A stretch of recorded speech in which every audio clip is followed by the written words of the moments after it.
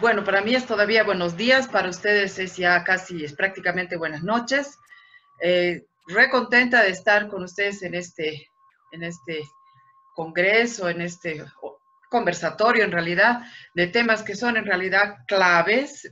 porque como estoy completamente de acuerdo con Laura, realmente para abordar estos temas, yo creo que la base son, digamos,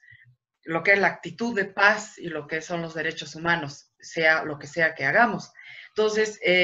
con esa misma base, yo quiero plantear que aunque sí toco temas criminales y tratamos con personas que están al margen, digamos, de una conducta socialmente aceptada, pues hay que entender esta conducta precisamente para poder combatirla. Y de ahí el tema que me toca ahora presentar y que me pidió Ernesto, muchas gracias a Ernesto y a todo el equipo, que son precisamente los factores del desarrollo de la conducta criminal.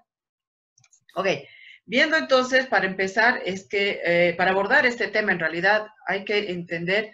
que son una serie de ciencias las que se vienen uniendo para abordar desde las diferentes perspectivas todas estas, este fenómeno que es el fenómeno criminal, cómo una persona se hace criminal, porque en realidad todos tenemos la posibilidad de hacernos criminales, todos podemos violar, matar, estafar, etcétera, y toda la gama de posibilidades. La cosa es por qué algunos lo hacen y otros no.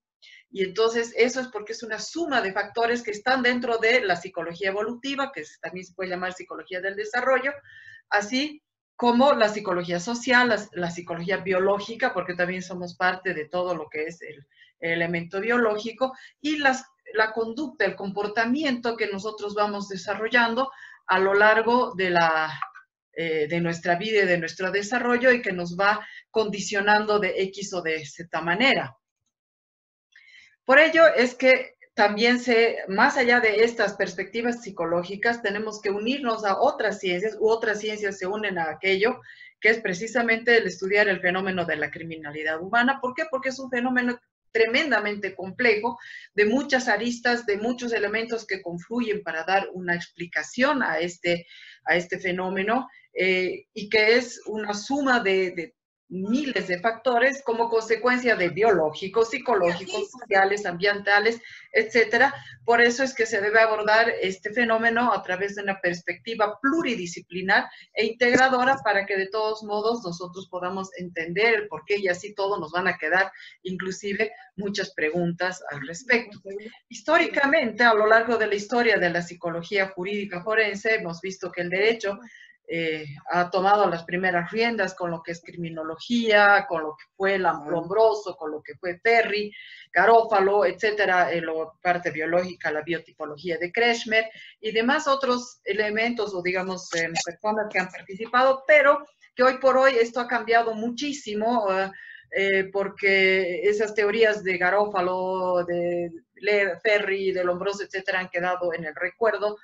como una base, sí, pero que hoy por hoy la conducta criminal se la estudia a través más de precisamente la conducta como un fenómeno desarrollado a través de una evolución del ser humano. Y esto en medio de todo un conjunto, como vamos a ver, psicología, sociología, criminología, etcétera, etcétera, de la siguiente forma. Voy a tratar de hacerlo lo más resumido posible para entender. Si hablamos de la psicología criminal, vemos que es una nueva ciencia en realidad, porque estudia estas causas, estos motivos normales, porque no todos los criminales son patológicos, siempre se tiende a decir que un criminal sí o sí tiene que ser un psicópata, pues no, hay criminales que no tienen una patología, por eso es que hablamos de motivos normales y o patológicos que conducen a una persona a convertirse poco a poco en un delincuente que puede haberse dado a través de una premeditación o de una, digamos, carrera delincuencial, como quien dice, o que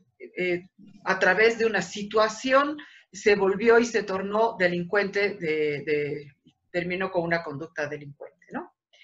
Oye, la sociología, por otro lado, nos aporta a través de ser una ciencia que analiza precisamente esta relación de las personas, en este caso de los delincuentes, con los distintos elementos y segmentos de la población, o sea, esa interacción que nosotros tenemos con la sociedad. De ahí es que es tan interesante plantear que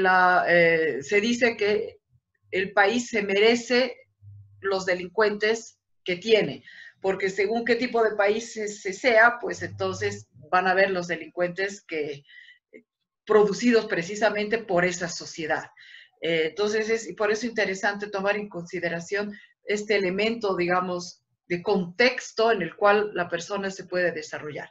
Ya entrando a lo que es criminología, se plantea que es una ciencia que estudia evidentemente el crimen, la conducta del criminal, el origen de esta conducta criminal, su desarrollo y de qué manera esta conducta se expresa, se manifiesta ya directamente en el hecho. Y esto es a través de una conceptualización legal del delito, por eso es que la criminología trabaja tanto con el derecho, y que se incluye como cualquier conducta violenta o antisocial que va desde luego en contra de lo que son las normas de lo que es de lo que se debe y de lo que se debe hacer, ¿no? Ya la psicología criminal es una ciencia que engloba y suma estos elementos y que está, por eso, a través de la psicología jurídica entendida como la aplicación de la psicología para el mejor ejercicio del derecho, con sus diferentes acepciones, como puede ser psicología forense, psicología victimológica, psicología criminal, etcétera, como es esta, y otras tantas más, ¿no? Son muchas ramas de la psicología que abarcan diferentes áreas, como ser el estudio específico de la criminalidad como conducta, como fenómeno conductual, el tratamiento que se le da a los delincuentes, y no solamente para que se resocialicen, sino que a través del entendimiento de cómo son los delincuentes, se puedan establecer factores de prevención, digamos, para los futuros delincuentes e inclusive como una forma de perfilación criminal para la detección o digamos, dentro de una investigación de un caso, ¿no? Al conocer a otros delincuentes y cómo pensaron esos delincuentes en su momento, se puede saber cómo piensa el delincuente que estamos queriendo investigar ahora.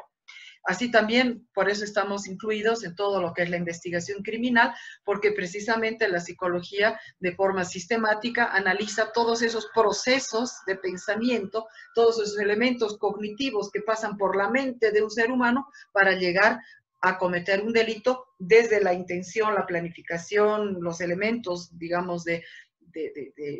conseguir los factores que le van a facilitar el paso al acto como tal, que es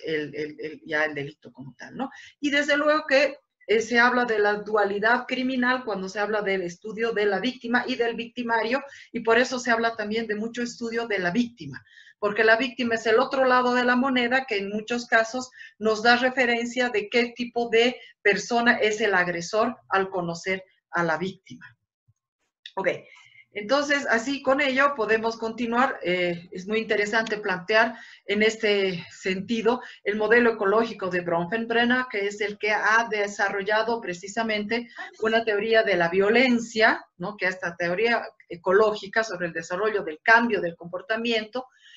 Todas estas investigaciones son referencia de las teorías actuales que se plantean hoy por hoy dentro de la psicología evolutiva y que nos llevan a entender mucho todo lo que es el origen de la violencia como tal. Entonces, a través de esta teoría ecológica de Bronfenbrenner, se explica el cambio del comportamiento de la persona a través de la influencia que tiene el entorno sobre la persona, y de qué manera este entorno va moldeando y va sacando de esta persona, lamentablemente, en la conducta criminal,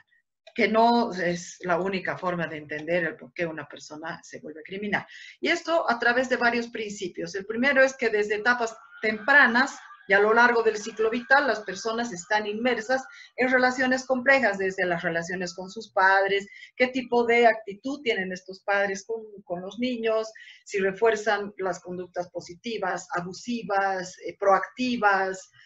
conductas sensibles, empáticas, etcétera, que luego van a ir creciendo de alguna u otra manera. Esta dinámica que se da entre las variables biopsicosociales en el entorno inicial del niño o de los seres humanos con otros humanos y a través también de otros elementos que rodean a una persona dentro de su ciclo vital. No son solamente personas lo que nos rodean, sino nos rodean situaciones, cosas, experiencias, etcétera, etcétera. El segundo principio pasa por la forma de poder y contenido que varían desde la forma sistemática, como una unión de fuerzas que también de forma, digamos, interactiva, que se influencian mutuamente dentro de la persona a lo largo del desarrollo de su vida. Y le afectan de forma directa o indirecta en todos estos sus entornos, ¿no? Es decir, por ejemplo, si hay un papá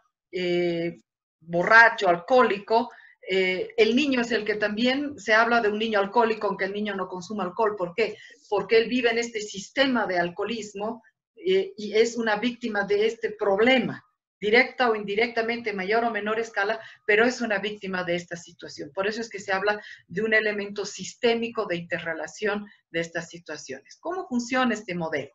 El modelo de Bronfenbrenner está compuesto por un conjunto de estructuras ambientales en diferentes niveles, desde el inicial hasta el más grande de todos ellos, y en todos esos sistemas nosotros nos vamos a ir desenvolviendo y desarrollando a lo largo de nuestra vida. Cada uno de estos niveles están, digamos, conteniendo el uno al otro, se va extendiendo a lo largo que la persona va creciendo. Por favor, hay alguien que tiene su micrófono abierto y es muy molestoso el sonido. Ya. Se considera que para estudiar el desarrollo del ser humano a través de este modelo de Bronfenbrenner, hay que tener en cuenta todos los ambientes por los cuales el ser humano pasa, atraviesa, se contacta,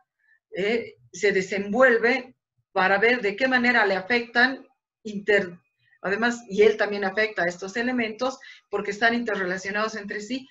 le proporcionan una determinada conducta, y esto es lo que al final pues va a derivar en una u otra forma de actuar en el mundo. Ok, este modelo de Bronfenbrenner habla de sistemas, son diferentes sistemas. El primero es el microsistema, es el inicial, es el de la familia inmediata, un bebé nace, tiene un padre, una madre, hermanos, hermanas, abuelos, etcétera, inclusive personas muy cercanas. Son las primeras personas contacto, la persona vínculo con la cual el niño se desarrolla y se vincula y se afirma al mundo inicial, y mucho depende inclusive de este vínculo inicial que tenga el niño para que a lo largo de su vida este vínculo, que haya podido ser positivo o negativo, va a influir mucho en el tipo de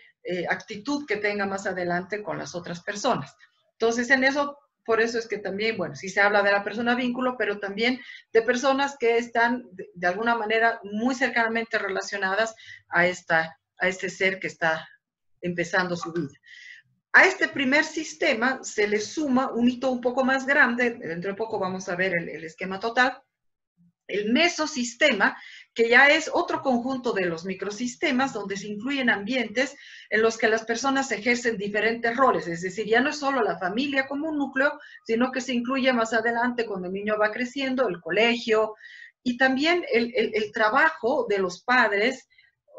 porque aunque el niño no esté directamente involucrado en el lugar laboral del padre, pero ese trabajo de los padres va de alguna manera a influir sobre este niño para que pueda,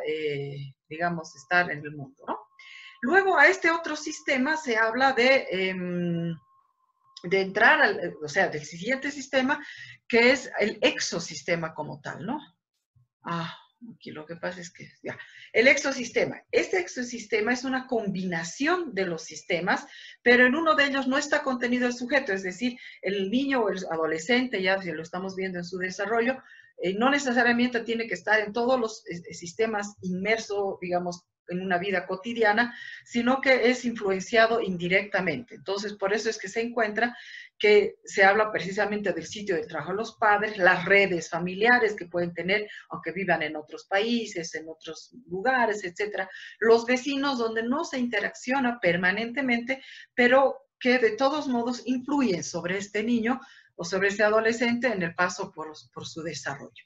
A ello se va sumando el macrosistema, donde el macrosistema ya incluye los marcos normativos como leyes, o sea, ya es un sistema más abstracto, si vale el término, donde ya el adolescente que ya es consciente, pues entiende, conoce de las leyes, conoce de la educación, de toda la normativa, de la religión inclusive, de dogmas que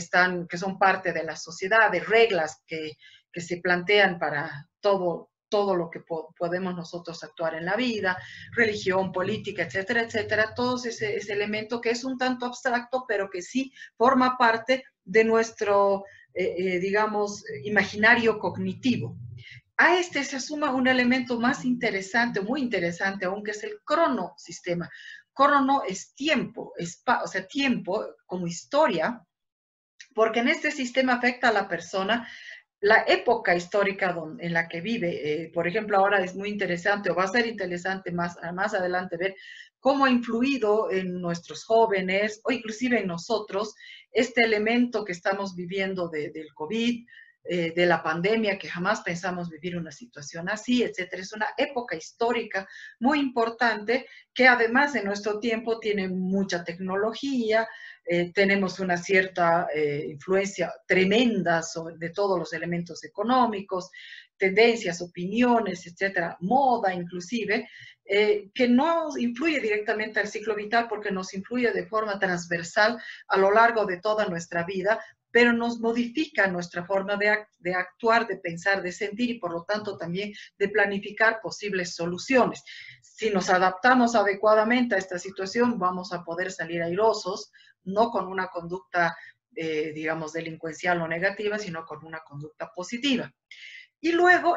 el otro sistema que es mucho más grande es el globosistema, que es un sistema mundial donde la persona tampoco, desde luego, no tiene injerencia o capacidad de acción. Nosotros, por ejemplo, hoy por hoy no tenemos absoluta injerencia sobre la situación de pandemia. La estamos sufriendo, pero no podemos actuar sobre esta pandemia. Por lo menos para la solución de la pandemia podemos cuidarnos nosotros, tratar de no enfermarnos, cuestiones así. Y esto, inclusive de los cambios climáticos, todo esto que implica el calentamiento global, inclusive, digamos, desastres naturales, que nosotros no los generamos, pero sí vivimos las consecuencias o podemos sufrir las consecuencias de esta situación. Aquí tenemos el esquema de todo, es una fotito de internet, donde vemos nuevamente, aquí el primer sistema es el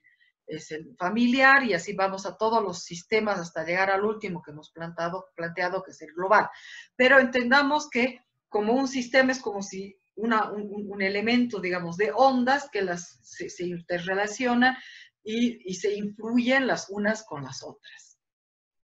Ok,